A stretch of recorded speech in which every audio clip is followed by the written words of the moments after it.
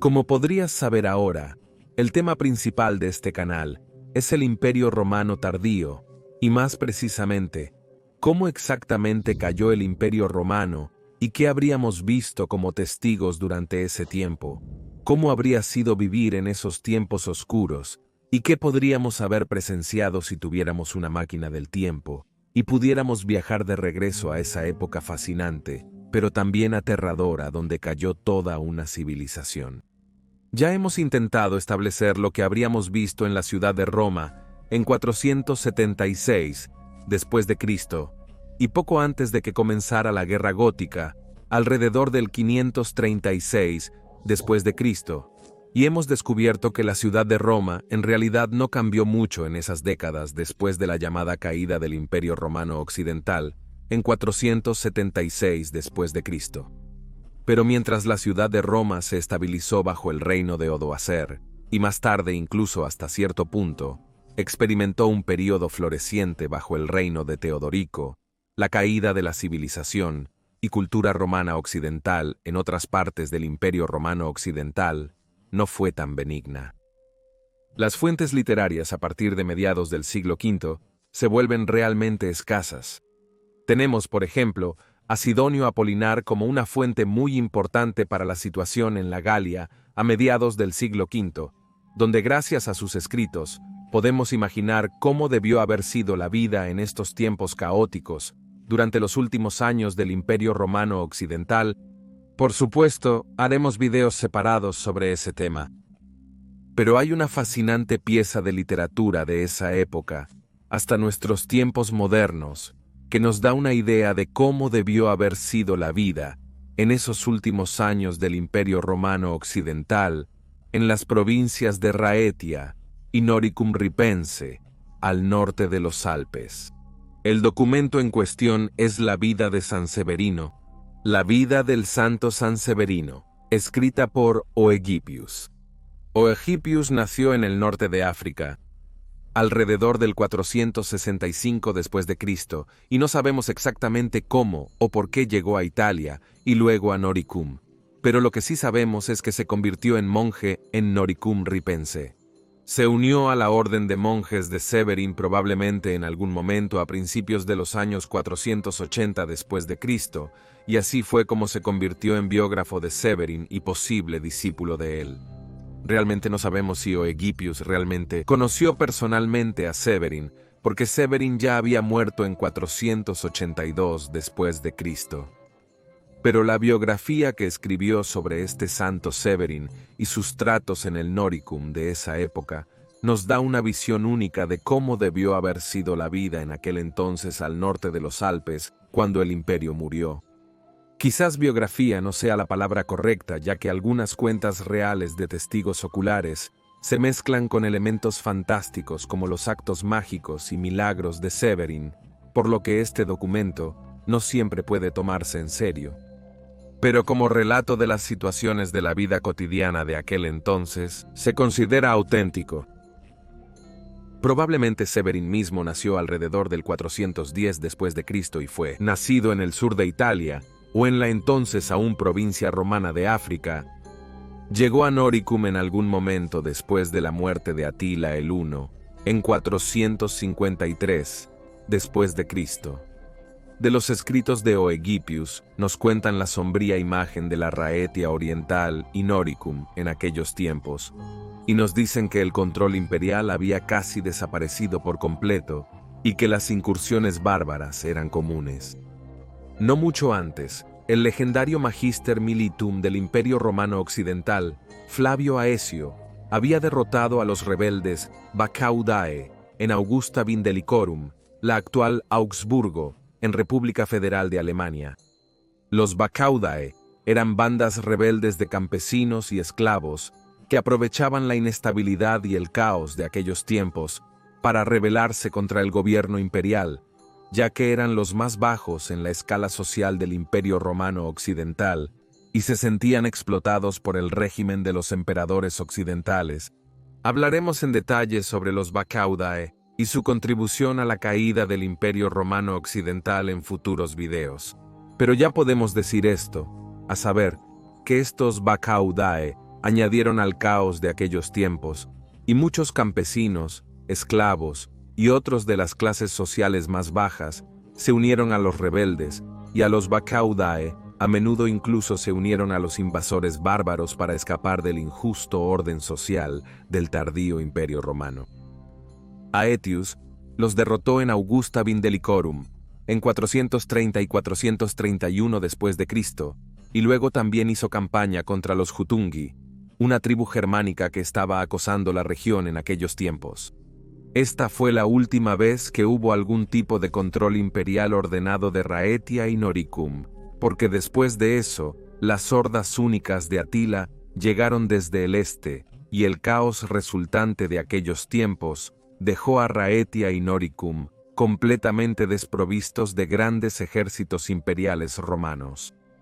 Ahora podemos leer en la vida de San Severino cómo en el 450 después de Cristo, cualquier apariencia de autoridad imperial había desaparecido al norte de los Alpes, porque no se menciona en absoluto a un gobernador romano o a cualquier comandante militar imperial en Noricum Ripense. También parece que las provincias de Raetia y Panonia habían caído completamente a los invasores germánicos. Podemos leer en la Vita que un sistema de defensa efectivo contra los invasores bárbaros ya había dejado de existir. Durante el tiempo que existió el Imperio Romano, se mantuvo a la soldadesca de muchas ciudades a expensas públicas para la defensa de la frontera. Cuando esta práctica cayó en desuso, tanto estas tropas como la frontera desaparecieron. Esto significa básicamente que después de que las provincias fueron invadidas por invasores germánicos, efectivamente ya no formaban parte del Imperio Romano Occidental, y por lo tanto, no se podía recaudar impuestos. Esta erosión de la base impositiva, a su vez, causó un efecto dominó donde no se podía recaudar suficiente dinero para apoyar a ningún ejército en estas provincias o al norte de los Alpes. Por lo tanto, un ejército imperial dejó de existir probablemente no mucho tiempo después de los últimos esfuerzos de Aetius en los años 430. Se nos cuenta en detalle en una historia maravillosamente evocadora de la Vita Sancti Sibilini cómo debió haberse sentido exactamente esta situación para las últimas guarniciones del ejército imperial romano occidental. En una cuenta, una guarnición imperial permaneció en la ciudad de Batavis, o a veces también llamada Batavia, la actual Passau en República Federal de Alemania, pero dado que el sistema de recaudación de impuestos en Raetia y Noricum Ripense había, como dijimos, dejado de existir, esta guarnición no recibió ningún pago después de cierto punto. Esto debe haber sido entre los años 450 y 470, así que la guarnición, para cobrar su paga, envió a algunos de sus hombres al sur, a través de los Alpes hacia Italia. Sin embargo, nos dicen, nunca llegaron a su destino. Según la Vita, los soldados fueron asesinados durante el viaje por los bárbaros, y sus cuerpos fueron encontrados más tarde en las orillas de un río. Nunca más llegó paga imperial a Batavis. Esta es una descripción muy vívida, y podemos imaginar lo loco que debió haber sido durante esos tiempos. Ciertamente no era divertido ser un soldado de una guarnición defendiendo las ciudades restantes del Imperio Romano Occidental abandonado por los emperadores, abandonado por los últimos ejércitos romanos occidentales, aventurándose a través de territorios peligrosos en largos viajes para obtener el pago merecido. Las guarniciones efectivamente se convirtieron en milicias independientes que intentaban defender a la población local de las ciudades de estas provincias. Se nos dice que más tarde Batavis fue abandonada debido a la presión constante de las continuas incursiones bárbaras de los Alemanni, y toda la población fue finalmente evacuada a Lauriacum, un antiguo fuerte legionario más grande y mejor fortificado. Lauriacum es la actual Enso en Austria. Las incursiones bárbaras se habían vuelto tan malas que aventurarse demasiado lejos de las murallas de estas últimas bastiones defendidas de la población romana era un negocio muy peligroso. Por ejemplo, podemos leer en la Vita que 2 hombres fueron capturados por bárbaros a plena luz del día a 2 millas de la ciudad de Fabianis, la actual Mautern en Austria. Solo habían abandonado las murallas de la ciudad de Fabianis para recolectar algunas frutas para la cosecha, pero eso aparentemente ya había sido demasiado lejos. Podemos ver a través de las cuentas de Oegipius que esos eran tiempos muy oscuros de hecho, y realmente era el fin de una civilización, un apocalipsis, donde una antigua sociedad murió y las guarniciones restantes intentaban defender los últimos bastiones romanos contra los invasores germánicos, cada vez más invasivos. Así que si la próxima vez hablamos del fin del mundo y el fin de la civilización y vemos una película como Mad Max, deberíamos recordar que ya sucedió hace más de 1500 años, porque no nos equivoquemos, esta era una situación similar a Mad Max, menos los autos, por supuesto. Y por favor, suscríbete a este canal para que no te pierdas ningún video futuro sobre todo tipo de temas fascinantes del último imperio romano, con, puedo prometerte, muchos hechos desconocidos que no escucharás de ningún otro canal de YouTube sobre la historia romana. Gracias a ti, amigo.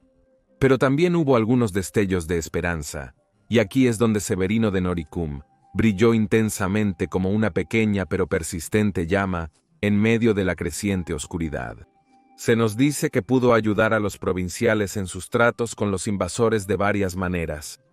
En una ocasión, la Vita nos dice que tuvo una visión de eventos futuros que salvó a la ciudad de Lauriacum de un ataque sorpresa, lo cual, por supuesto, no puede tomarse completamente en serio.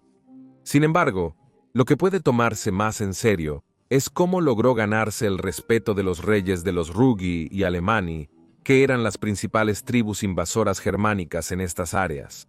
Por ejemplo, en una ocasión utilizó su influencia para negociar la liberación de 70 cautivos de los bárbaros. Aparentemente Severino era muy hábil en diplomacia. ¿Cómo logró exactamente lo que hizo? No lo sabemos, pero probablemente explotó la superstición de la gente en aquellos tiempos, y ciertamente mencionó que Dios se enfadaría mucho con los bárbaros si continuaban acosando a la población romana.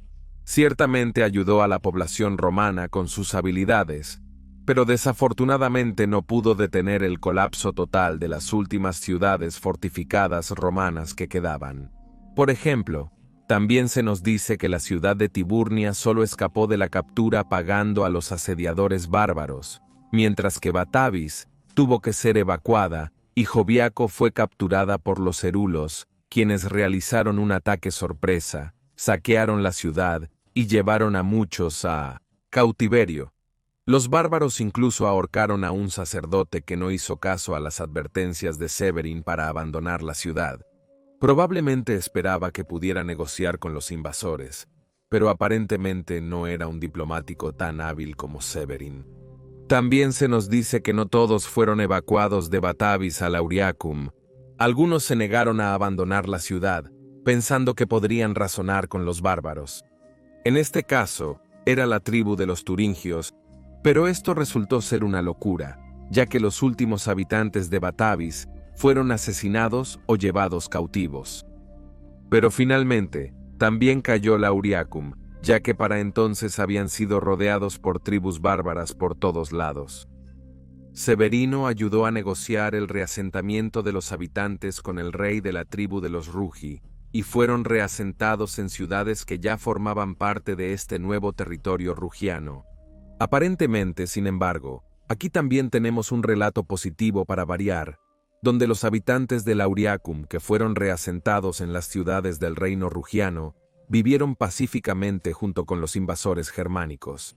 Esto es bastante fascinante, y aquí podemos ver cómo parte de la población romana local restante fue absorbida en estos nuevos reinos germánicos.